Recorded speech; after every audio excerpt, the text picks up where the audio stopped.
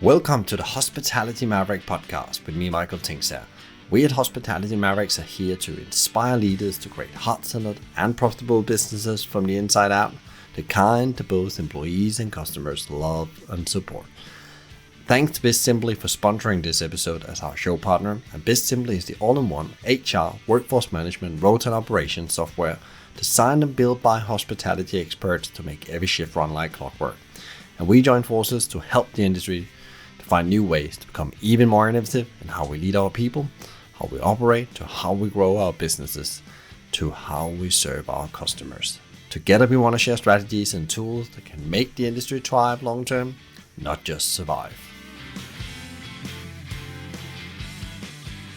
People want to feel like the place that they work at matters to the world, that they matter, and that they have an opportunity to learn things.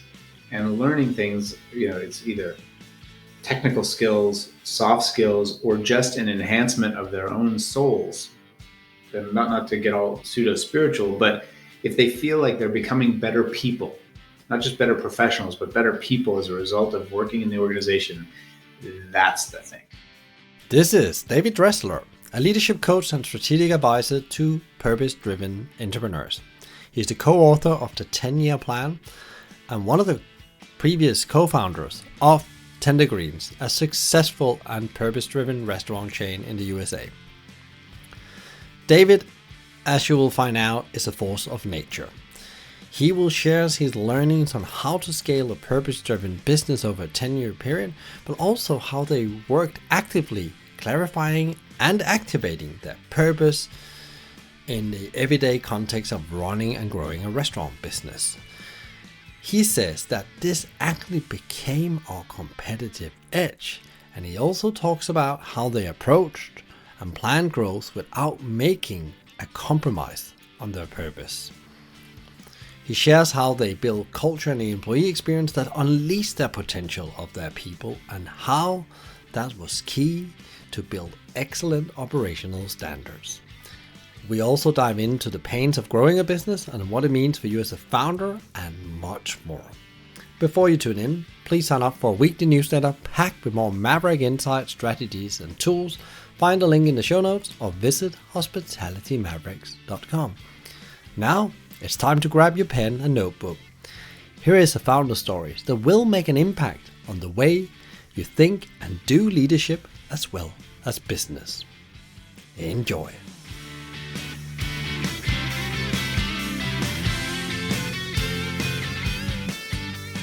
As you know out there, I'm extremely interested, but also try to live my own life behind purpose. And I want to build, businesses. The podcast here was put in the world to, make the world a better place. Had a deeper purpose than just being a podcast. Or the companies I'm involved with is not just companies. They need to make some kind of change in the world.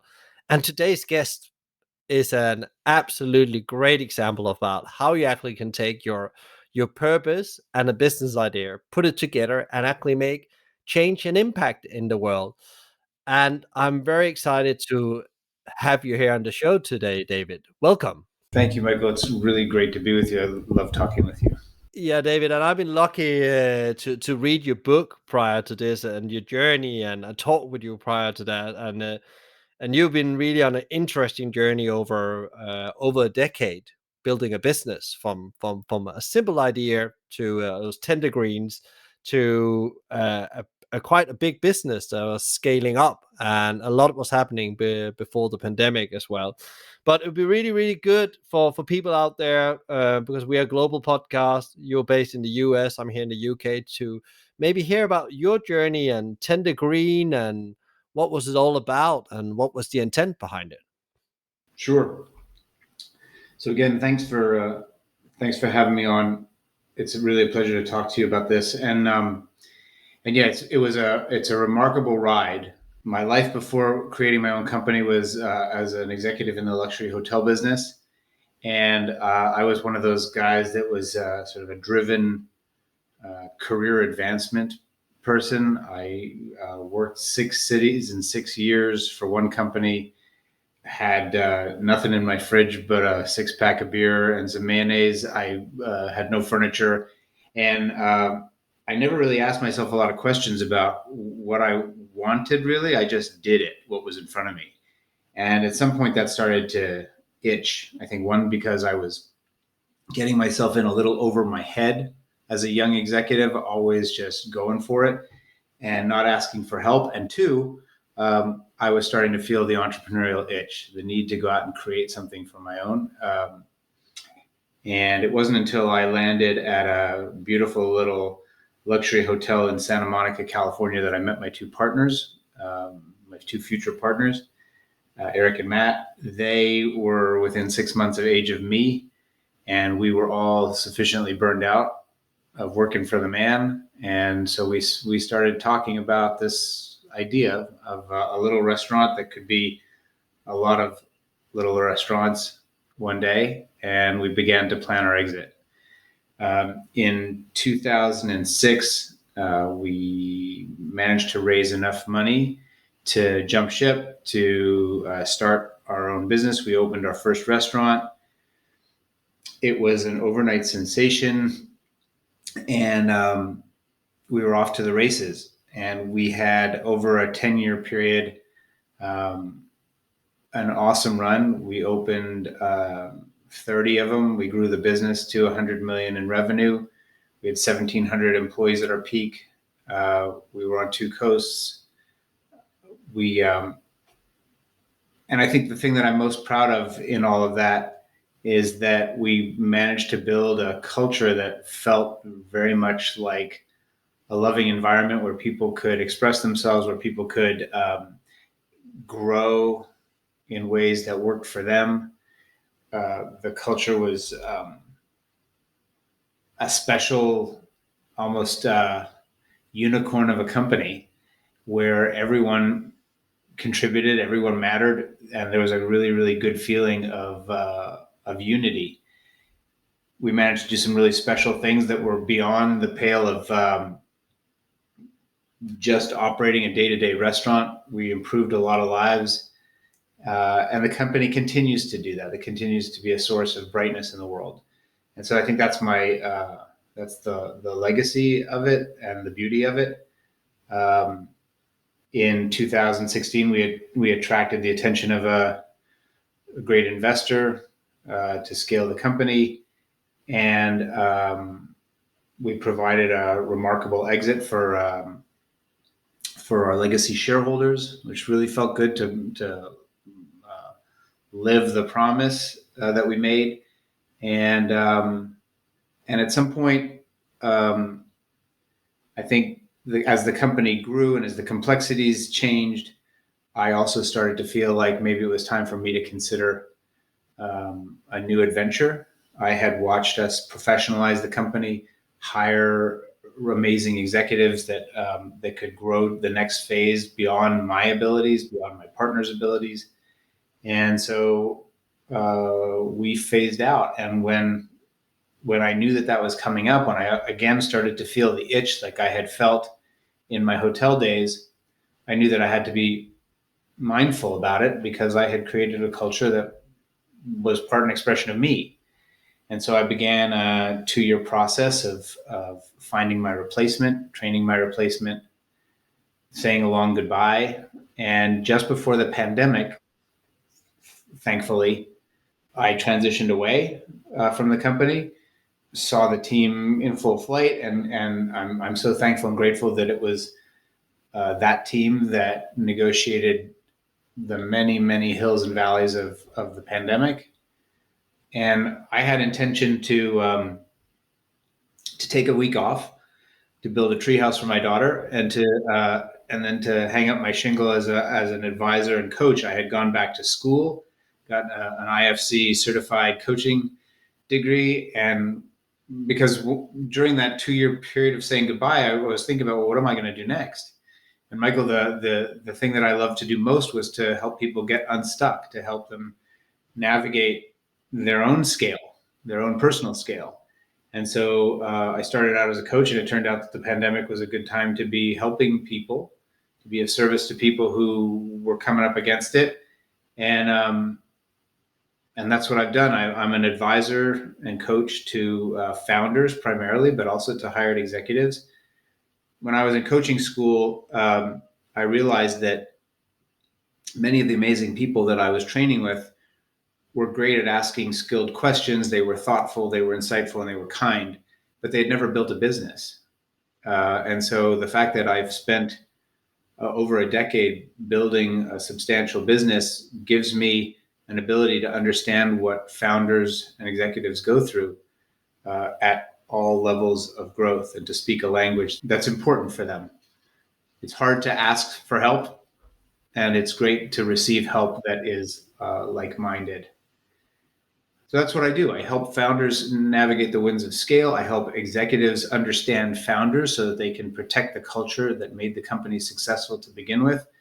And as a coach, holistically, I'd like to say that people who run companies often find themselves in two boats. Either they're one of two boats. They're either managing great businesses but dragging their lives behind them, or they are having good lives but struggling at work. And either way, my mantra has become over time: happier at work is happier at home, and happier at home is happier at work. The two are inextricably linked.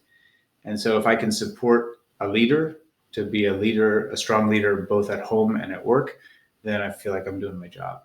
I guess for me, when you said from the beginning, when you were an executive in the luxury hotel business to start your own business, that has been a battle you have had to take as well, because running your own business, especially in the startup years, takes, all your waking time and focus, I guess. And I guess that journey, that battle where it's actually trying to find the balance, is that something you see many founders really, that's what they're struggling with, and don't want to be honest about it because they maybe think it's going to make them look weak. Everybody, we're all trying to do the very best that we can. And the pandemic has been a great teacher in terms of how we keep all the plates spinning. And there's always one that's teetering on the verge of collapse.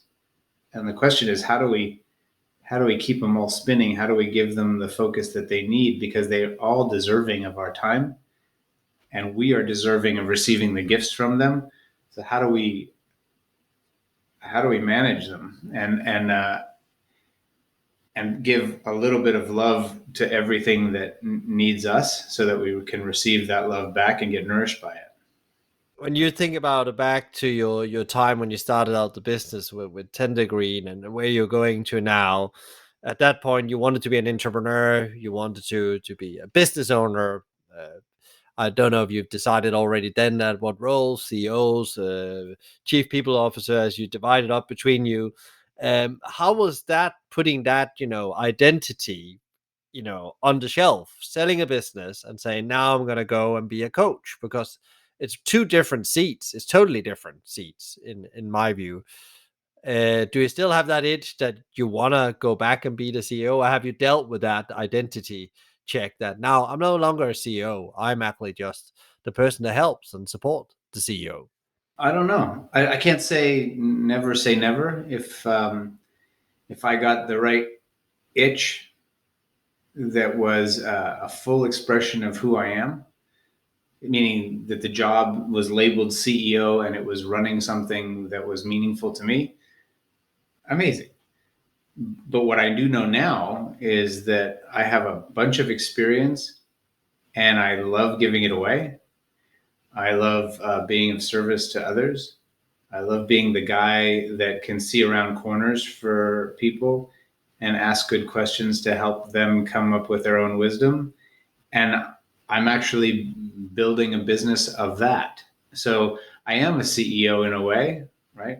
I'm a CEO in a service company that is using all of the stuff that I collected over years and putting it out for people who need it.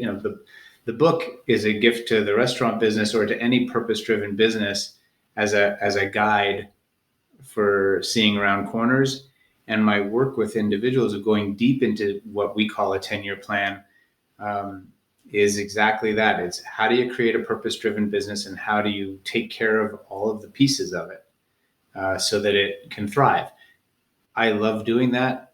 I love being useful to those who are committed to that idea, and that's a great business for me to be in.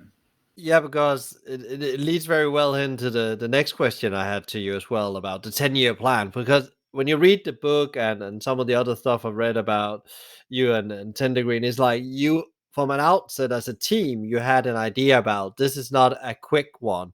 We need time to do it right because we don't just want to build restaurants. We want to do restaurant with the right ingredients, the right food, the right people, the right impact and community.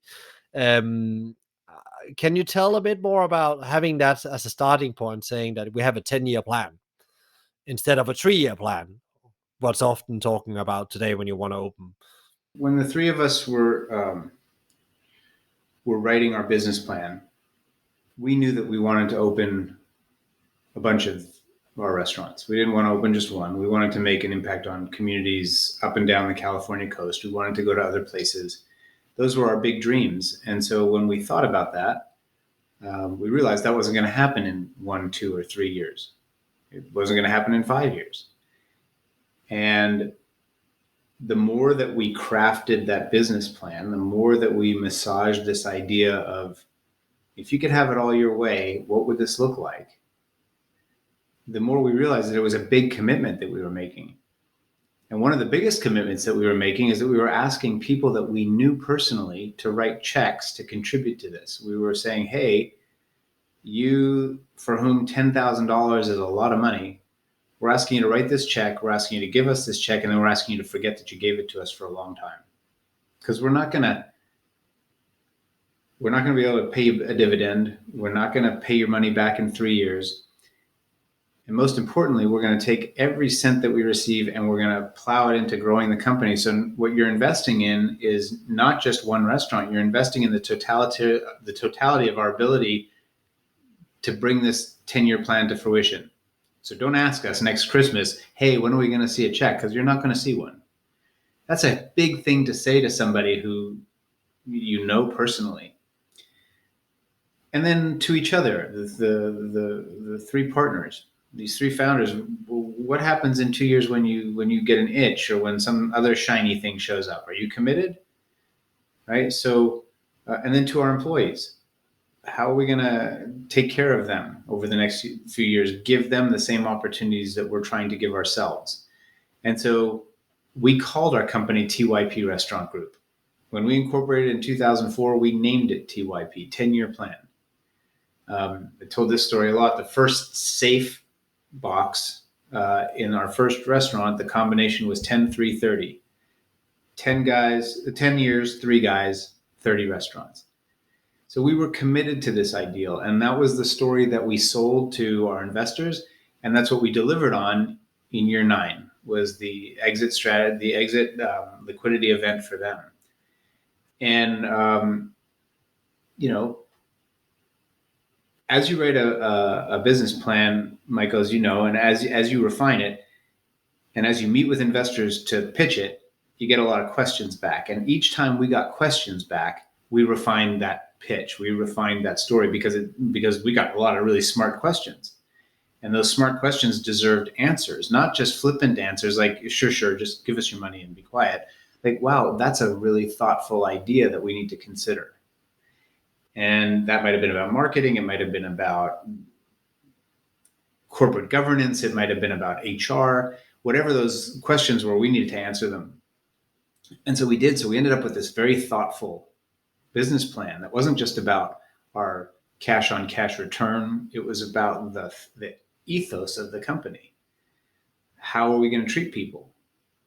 How are we going to grow? How are we going to train and develop people? So that we thought through those things. And as you and I were talking about earlier, Michael, we still made our fair share of mistakes, but at least we had a foundation for a business that that made sense to us and that we felt could be the springboard for a rich culture. Yeah, and you talk about, you delivered on the 10-year plan, but also talk about in the book of this power of clarity you had as a group on, your purpose, your mission, your vision, and how you wanted to build a special place to work. Because if you got that right, you believe that the rest will take care of itself. That was principle what I read in the book. So how do you keep that? Because as you meet challenges, these are often the things that are put in the background or dismissed in a way sometimes, because now we need to make some money to survive. How did you keep that purpose, vision, and mission? I'm sure lots of other people out there that are listening in now thinking about how do they actually keep that as they're growing a very successful business. One of the reasons that we resisted in the early days writing down a mission and principles, because we didn't actually start with one. We had it in our heads, not fully baked, but we were busy being it. And I can remember so many times having this discussion with Eric, my partner. He would say, I don't just want to have a mission statement to have it on the wall somewhere. I don't want to just have it on the cover of the training manual. I want us to embody it. And I would agree. And so we were just being those people. We were being those leaders. That it all came out of hiring high school students who had some degree of parenting happening in their home. Maybe they had a mom but no dad, a dad but no mom. Maybe they lived with their grandparents. We found ourselves giving life skills training as much as on-the-job training to those kids. That got us into our dad energy around being a leader. So we were just embodying it. And then as the company started to grow, and I think this is an important part, as the company started to grow and we were less involved directly in people's training or as people in people's hiring, onboarding, we realized, we really actually have to write this down so that our managers in restaurants 4, 5, 6, 10, 20 can refer to something that will help them understand it. First, we have to make sure that we're hiring people who are thoughtful about these kinds of things. But second, we have to give them language. And so we sat with somebody to distill it out. And that distilling process really got us recommitted to our own cultural heritage. If culture is the product of intention supported by action, we need to be in lockstep with each other, that if we make decisions and they go counter to culture, that we need somebody to remind us. And so when we actually put out our mission and principles to our company, we said, by the way, this is not just us telling you how it is at Tender Greens. It's you absorbing it and saying that you have a right and a responsibility to call us out if we ever screw this up.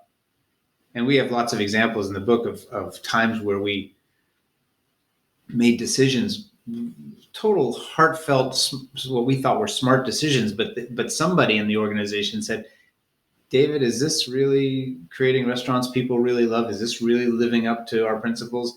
And then we'd have frank conversation. And sometimes it would be, you know what? No, you're absolutely right. We screwed the pooch on this one. We didn't handle this right.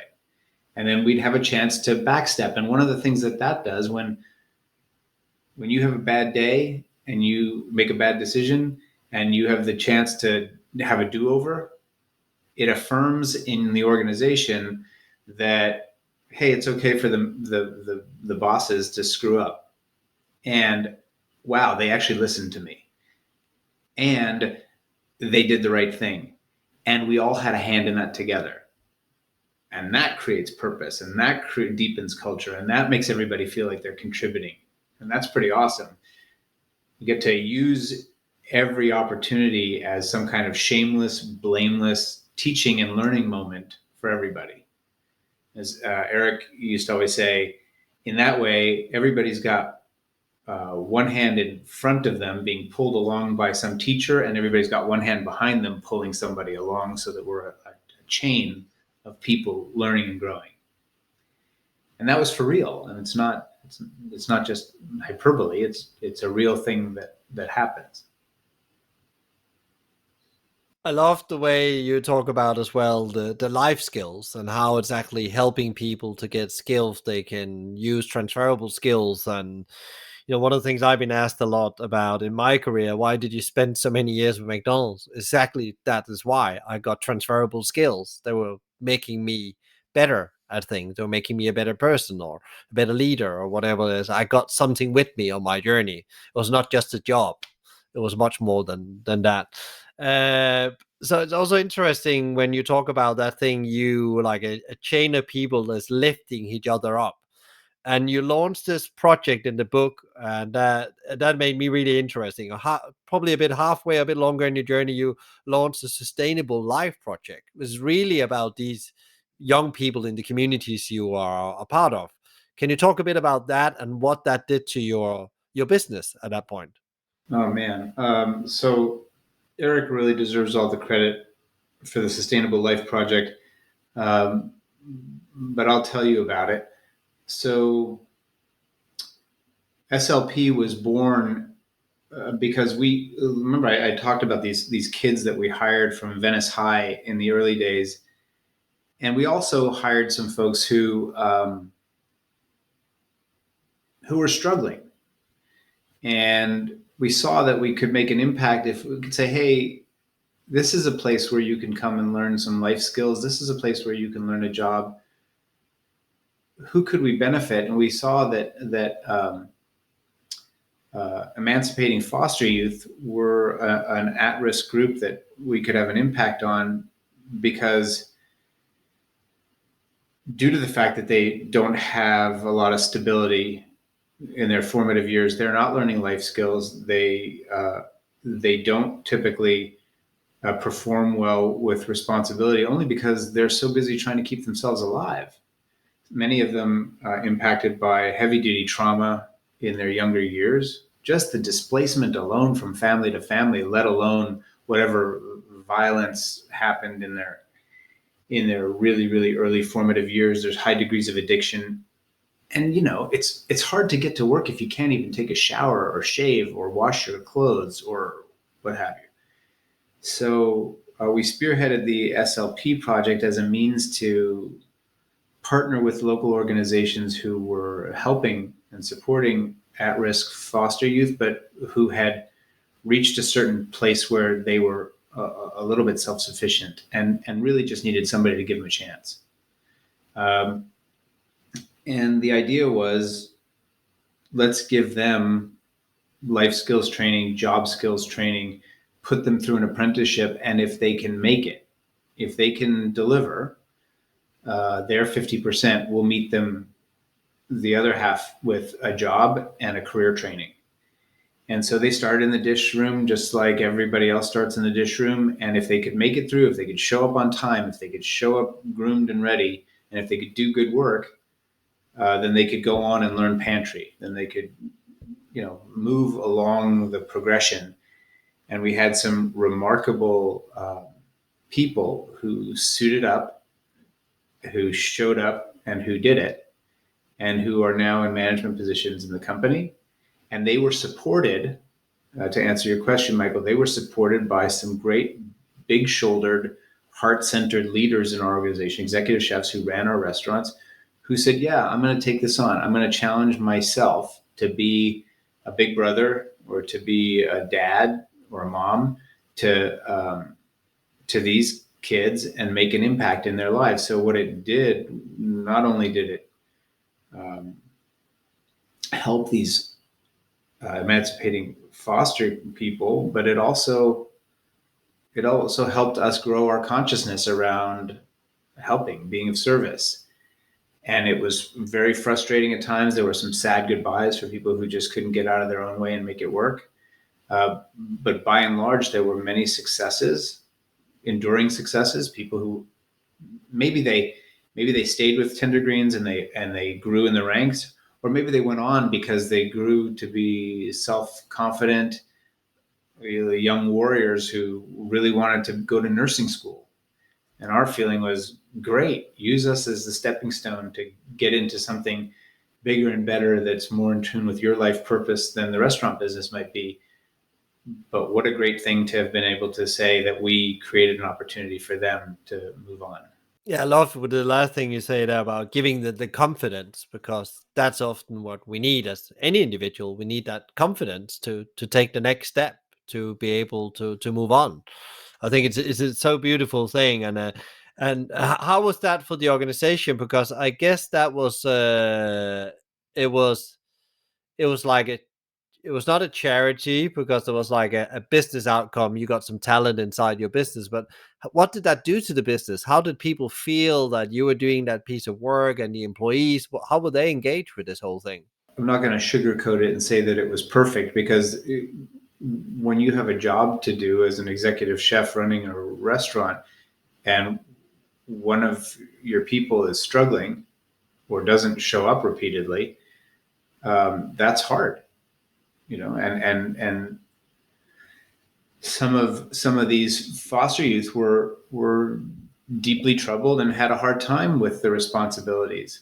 They had a hard time with authority sometimes, and so they would push back. So it wasn't always ideal, but I think by and large, if you ask the executive chefs who participated and who sponsored one of these people, um, was it worth it? I think they would say for sure. And so, as a practical matter, it provided some staffing. It wasn't a major source of staffing, but it was a source of staffing. But I think most importantly, it created consciousness around being of service, not just for the executive chefs who were the mentors for these young people, but also for everybody in the organization to know, to the extent that they knew, well, this company believes enough in this kid to bring him in and train him and hold him accountable and teach him skills. I like the idea that I work for an organization that believes in something like that. That creates a level of engagement that I think a lot of companies miss. The purpose of the enterprise is to create value in many different ways. One of those is societal value. And so I think if you're one of the things that the pandemic has done is it's made restaurateurs and other business operators a little gun shy, because the margins are slim and it's hard to do stuff, and staffing is such a problem. But if there's a way to make a difference, even if it's, I don't know, we'd take the office staff out in downtown Los Angeles, and everybody would get a pair of gloves and everybody would get a trash bag, and we'd go pick up trash for half an hour. We'd be out in the sun, we'd get sun on our faces, and we'd pick up trash. It's one thing. And I don't think we did this intentionally, but sometimes people would end up, you got 20 people out there with trash bags and they're wearing Tender Greens t-shirts, and it's a nice way to say, hey, we're here and we care. But beyond that, beyond anybody seeing the right thing that you're doing, we all feel like we're doing something valuable. We all feel like we're making a difference. Feeding people in a soup kitchen, picking up trash, sponsoring something, volunteering at the VA. I don't know, whatever it is that we can do to make a difference. I think companies should do that, because it's teaching young people civic service, it's teaching responsibility, it's creating community. It's worth it. And that of course impacted the culture set. So is there like anything on your people journey you would say that was like unique for you to be able to create this kind of journey for people? Because I guess what you are alluring to is also that people came and started working with you and they stayed for a longer period, and therefore you were able to build this culture you had. Yeah, thank you. I mean, yes, it's I think it's a retention tool, because people feel like the place that they work at matters. That not only do they matter to the organization, but the organization does something that matters. I think that's really important and underappreciated by employers, that the more that they create a soulful work environment that makes a difference or seeks to make a difference or cares beyond the transaction, the more young people, especially now, feel connected and feel loyal and are less likely to look for the next thing. People want to feel like the place that they work at matters to the world, that they matter, and that they have an opportunity to learn things. And learning things, it's either technical skills, soft skills, or just an enhancement of their own souls. And not to get all like pseudo spiritual, but if they feel like they're becoming better people, not just better professionals, but better people as a result of working in the organization. That's the thing. I love that, David, because that's very much in line with one of my, big believers in Drive from Daniel Pink, and he talks about autonomy, purpose, and mastery. And I've always been tried to myself to lead through those things and create frameworks and organizations and teams when I've been able to do that could operate under this. And I can hear that the similar kind of thinking here. But one of the things I was thinking as I was reading the book, and maybe some people, if they're sitting out there listening to this, has been on the website and look at Tender Green and think about this is a chef driven environment. Like this is a not cookie cutter food. It's not factory farm food. This is like real food they're making in these kitchen, and they scaled the business to 30 restaurants. And what about consistency, operational standards, training, and so on? Can you give a little glimpse into how you dealt with that? Because I think that's one of the really, really remarkable things about the journey of Tender Greens as well. I'm not going to paint the picture that it was perfect because it wasn't. We were always touring restaurants and always tasting the mashed potatoes and always tasting the tomato soup, and we would find them perennially underseasoned, and it was always a thing, right? And so the mantra was always taste the mash, taste the mash, taste the mash. So we were not perfect by any means, but I'll say what we did early on was one, create a culture where everybody was responsible for tasting the mash. In other words, if you put it on the plate but you didn't taste it, you were at fault, whether you were a supervisor or a line cook. So, and if you put too many olives on the plate in a salad, and somebody looked over at you who was your colleague, your fellow salad maker, and said, "There's too many olives on that plate," the only acceptable response was, "Thank you for letting me know. Not you're not the boss of me. You don't tell me what to do, but you're right. There's too many olives." So we were self-policing, and that self-policing was great because it created leaders of everybody. Everybody felt like they had a hand in it. Pete Balistreri, who's the VP of operations, who's been with the company since our first location, really. He called it, I couldn't have named it but he called it a culture of love and discipline. So the love is that you can actually taste somebody's feeling in the food because of the love of the salt, the love of the pepper, the love of the hands that were taking care of that food, the gentleness by which it was plated, the care and precision of putting it on the plate. That's the love, and the way that we certainly treat the people, the love towards the guest. The discipline part is the desire to get it right every day, the desire to do it a little bit faster, a little bit better, to care more, to push ourselves, to be best at what we're doing. And those two things had to happen every single day, every single minute in order for us to grow. So that's another piece. I'd say that another axiom for our company was if you want to build a better broom, ask the guy that sweeps the floor. So we would, as we grew, one, go to our managers and say, how can we do this better? Two, ask the staff, the team, how can we do this better? And be open to, hey, you know what, if you move this over here, that would make it a lot easier. You know, if we're burning too many hazelnuts, then one way to do that would be to set a timer for hazelnuts and make that the standard. Whatever it was that could make the product better, could make the way that we create it better, our production method, the layout of equipment, the equipment itself, we're always open to evolution to make it better. And then to train and to standardize the things that we were doing. And not to get too technical, but if you want to train people and you're not going to be there to do the training, lots of photographs, few words, a training structure, a training checklist, the ability to make sure that somebody got the information that they needed. And this turns things on its head a little bit in terms of how we train people, in that we the employer, we, the trainer, take responsibility for making sure the information is transmitted, as opposed to holding somebody accountable for making sure that they understand it. We have to say, I'm going to make sure that you understand this. I'm going to say it to you in ways. I'm going to check in with you. I'm going to make you do it. I'm going to have you demonstrate your proficiency at this. And we're going to do this until you know it. As opposed to, dude, you better learn this by Friday. There's a quiz.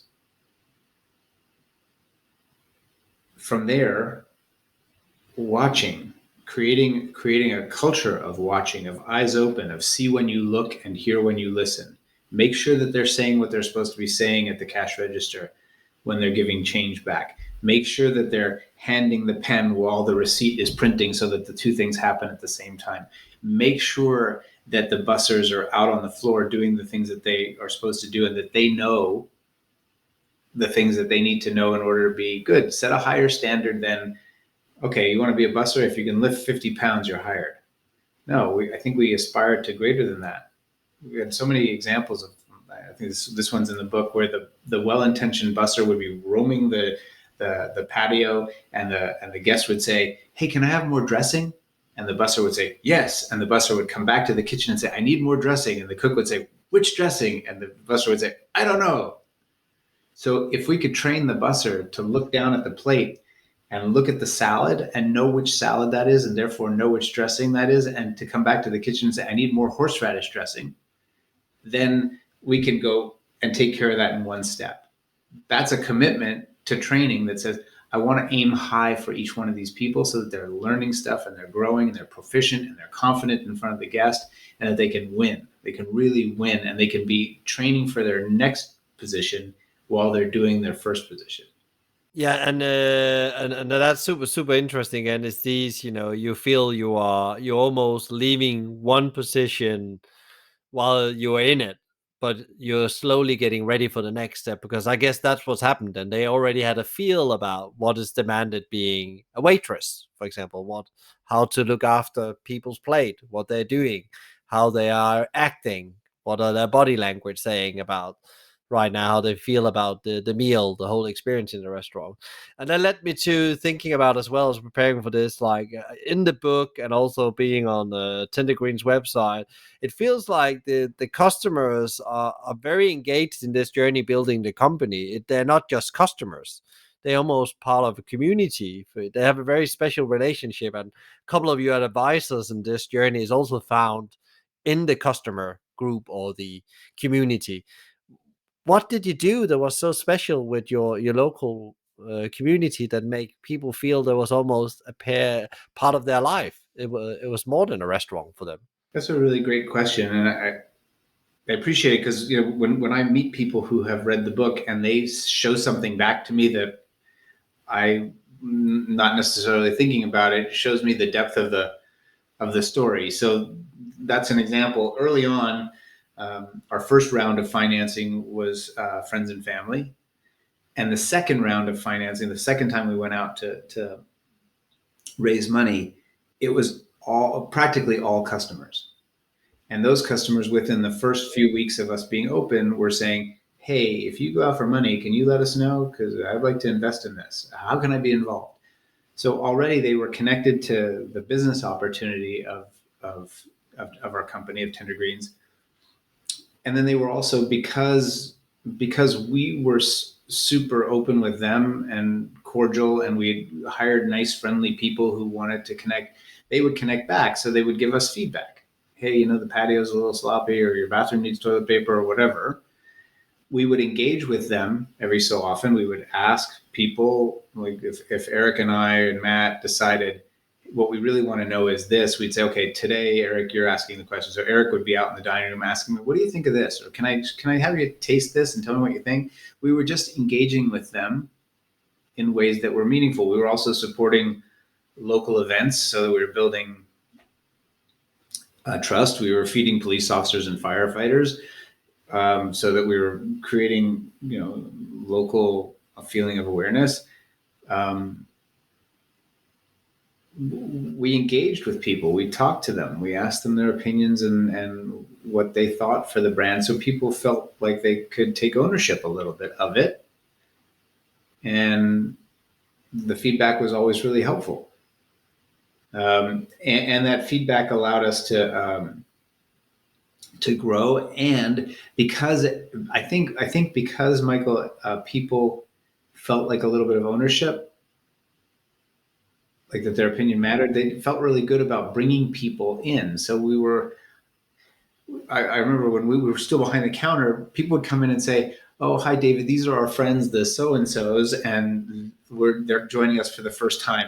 And then these people would go up to the menu and they would start describing how the menu works the same way that we described how the menu works to them. They would be explaining to their new friends, and this is how you order, and this is something that I like, and you should get this, and don't forget to get that. And it's awesome because that was the feeling of like we're all in it together that we were trying to foster.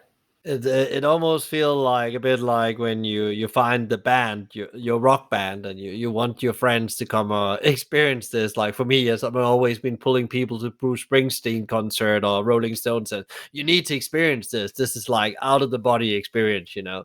And then you have to do this, and this is gonna happen. He's gonna say that. So I really love that idea about it. It's almost like raving fans you're creating as you are both internally and externally, but not like you have conscious said this is what we're going to create. It happens unconscious because the whole feel of want to serve, hospitality, want to make things better. I really really like that. um how do you see it hospitality now, because now you sit on the sideline? That's all. You allured a bit to the pandemic and the challenges, and still coming out of it, the industry. Where do you see the industry now as it is, and where it's heading? It's quite bleak for some people. Other people are very successful in this, but it's a very changed industry. There's no doubt that we were severely impacted. You know, whether you were if you weren't successful going into the pandemic, chances are you're not around anymore. And if you could hold on through the pandemic, God bless you. And it's amazing. But I think everybody is a little bit battle weary. We've had to do so much more with so much less. The staffing situation, at least here, and I imagine there too, is desperate. It's so hard to fill a weekly schedule. There's no extra cash to do the things that need done. For many of us, our restaurants haven't been painted in years, let alone the fabric on the cushions that's worn out. And but one thing that I think, if we've made concessions in food quality, if we've gone down what Eric used to call the slippery slope of just managing to the bottom line, it's time to start thinking about getting back to what made you great to begin with, what made you special, because we're all, as customers, tasting the difference, feeling the difference, noticing the skimpier portion.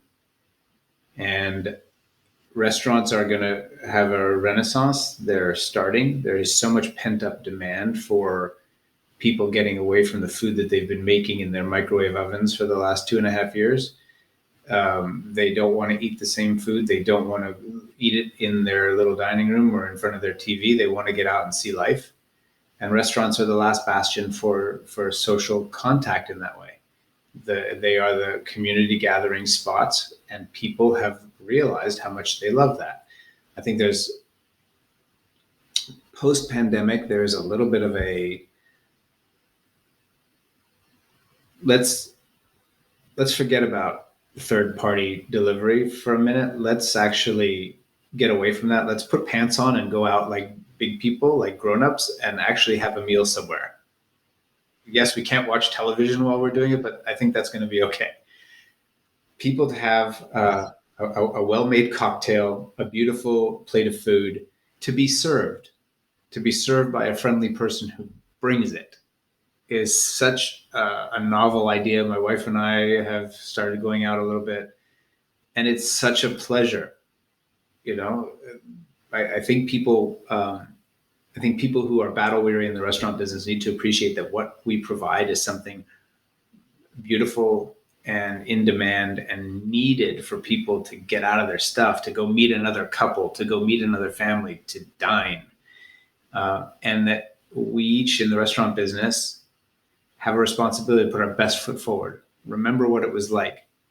Even if it's, I haven't adjusted my playlist in 2.5 years, put some fresh music on. Look at your lighting again. You know, increase the portion size a little bit if you know you need to. Go back to using something more fresh and better. Up the spec on one produce item, 2 produce items, 3 produce items. Get some fresh herbs.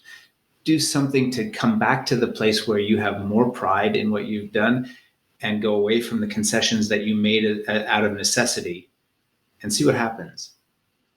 Because I think we all deserve to feel a little bit more pride. We've been first responders for a long time, and we've put ourselves and our staffs at risk to take care, not just to keep our businesses afloat, but also to support our communities. And I think the future is bright for the restaurant business, and we need to take advantage of it, but we also need to be responsible for putting our best foot forward. Yeah, that's super interesting. You say the opportunity is there, but also we need to increase our, your show, our standards, the hospitality we put on, because these are the businesses that will stand out and survive long term as well and do really well, because we still as individual and human beings need that, space to go to meet and connect and get away from our inside walls of our homes. Yes. And I think also, I'll just add this, I think we also need to look at our businesses with fresh eyes. We've been so down in the muck for so long. And if you can't see it, ask a friend to come in and walk your restaurant for you and have him or her describe to you what they see. And it may result that you didn't see that certain things are tired beyond acceptable because you've been looking at it for so long. But that doesn't mean you can't go out and buy a $25 can of paint and freshen things up a little bit. Doesn't mean that you can't finally replace that missing toilet paper roll, in the men's room that's been gone for 6 months that you keep thinking you're going to get to, but you never do. Own your business again with some level of like, wow, I know it needs freshening and I'm going to freshen it in cost-effective ways that work for me. Great advice, David. But if you take you as an individual and also looking at this whole transformation and paradigm shift that has happened and maybe is still happening, what has been your like deep internal learning over the last 2 years? Because it's already been 2 years now where we've been in this pandemic, and we're now hopefully in the last phase of it. Personally, I guess to manage my expectations of myself has probably been the greatest learning. The pandemic has come with great stresses and great demand and interrupted momentum. When you're homeschooling your kids and you're trying to get a business off the ground, and I have felt, because I'm a doer, that I've been spinning my wheels. And so I think it's important for me to have some level of compassion for myself and also celebrate the things that I did well. And I think others should too. Like, wow, if you made it through the pandemic with a relatively intact family and a relatively intact business, kudos to you. And I can celebrate also that I managed to build a business and publish a book and take care of my family and to cultivate some more compassion for myself. It's not totally the way I imagined 2021 or 22 would look, but I'm okay. And I can also acknowledge, and I think others need to acknowledge, how deeply tiring this period has been, to give ourselves permission to be tired. Not to give up, but to give ourselves permission to really feel that. Professionally, I think one of the things that my work with my clients, my advisory work and coaching work with my clients, and the reception of the book, even your very kind comments about the book have affirmed to me that the process that my partners and I used over our 10-year span works and is a benefit and transfers across all different kinds of businesses. It's a place where purpose-driven business can be created. It's a model for that. And I'm super committed not only to helping others, but to making that more accessible. My partner Eric and I are working on a year-long program to help entrepreneurs, to help founders, to help executives actually model this out for their own businesses and then do it. And to not to do it alone, to do it in a sort of mastermind community. So you're getting our framework and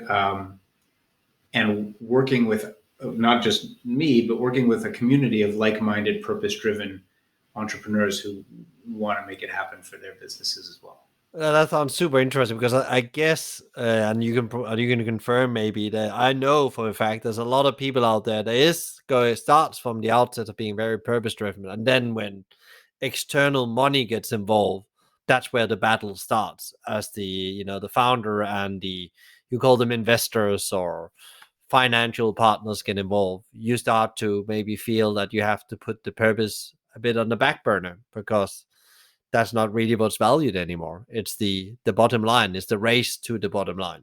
I guess it's both.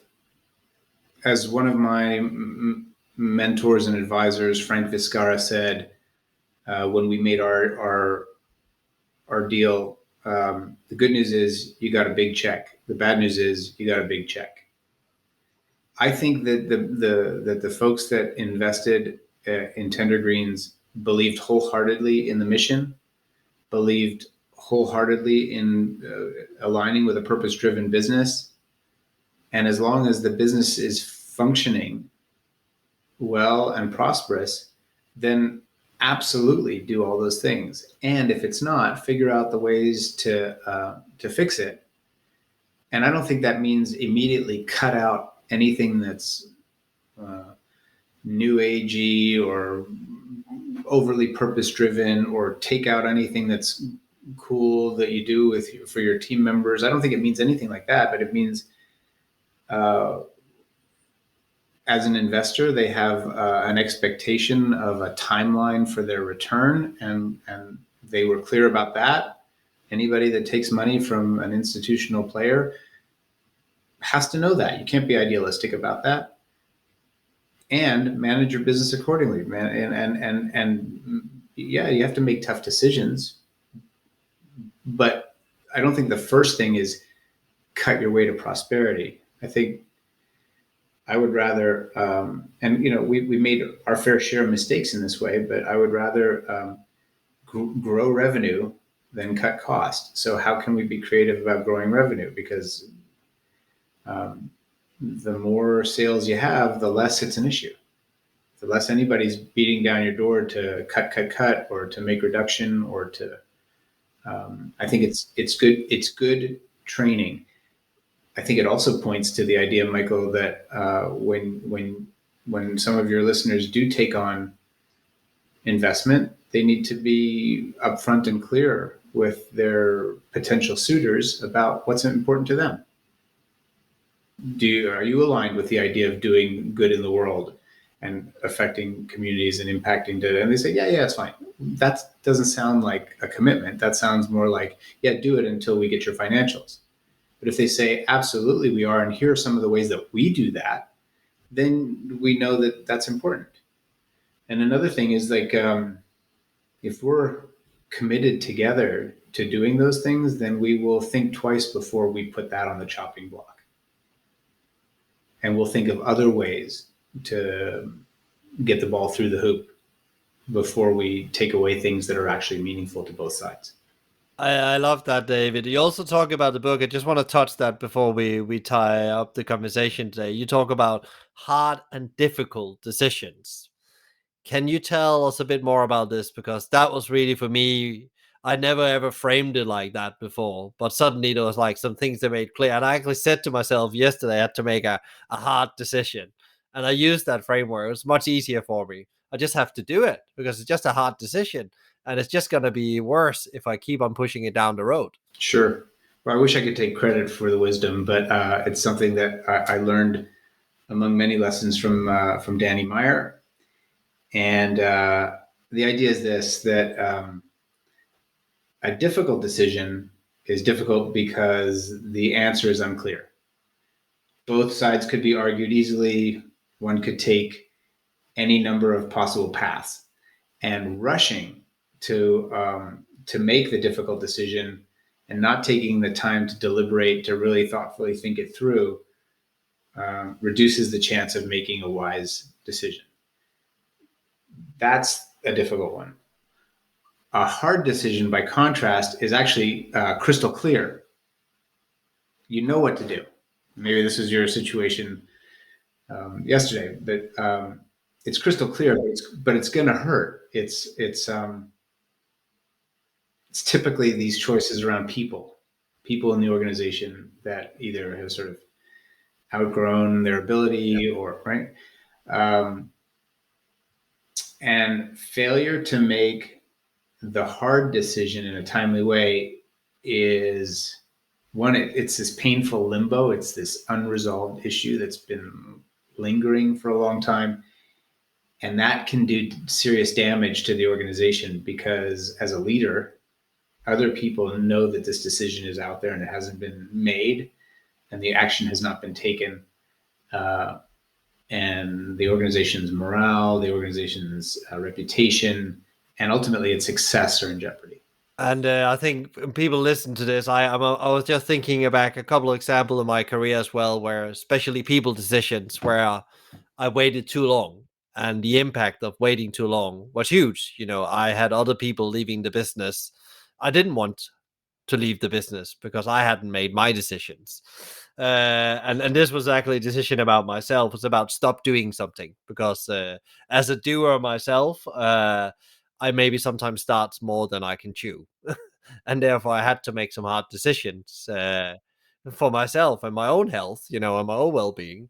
And again, having that balance you mentioned before. And that was my hard decision. And I just pushed it down the line for, months, instead of, I knew the itch was not there. And I was just polite about it, instead of saying, no, I can't participate in that because it's not the right thing for me. So I did it. I got the email together and it was all fine.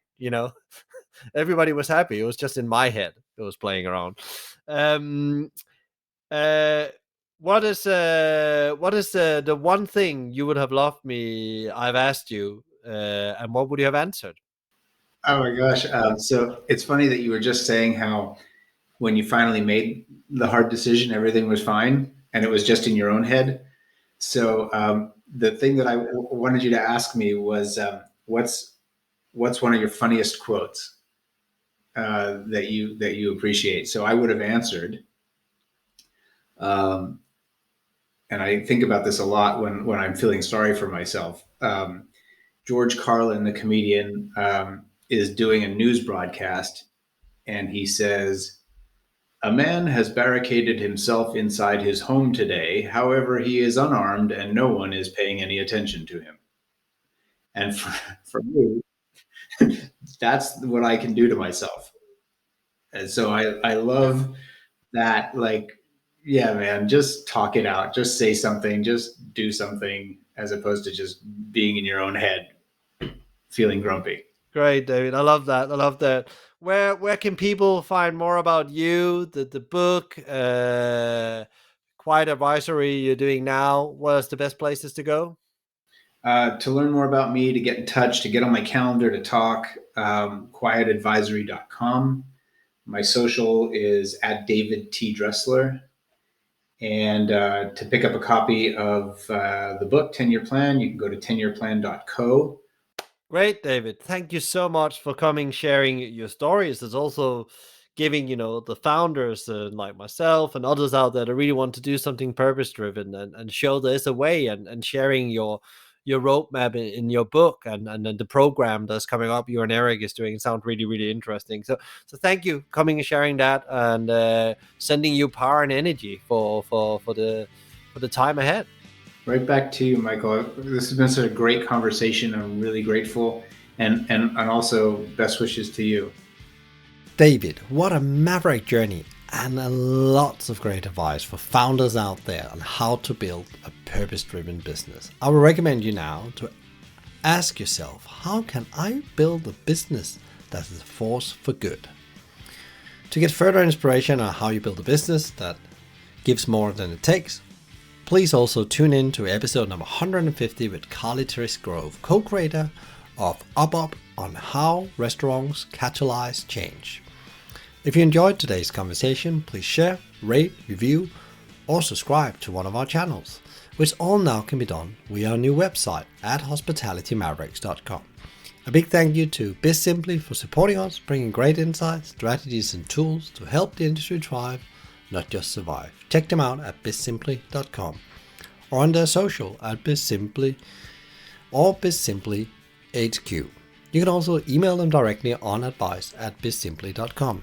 A big thank you to Fina Charlton, who is the show producer and editor from the Podcast Collective. Tune in next time for another interview, and in the meantime, find out more about us and subscribe to the newsletter and more Maverick insights at hospitalitymavericks.com.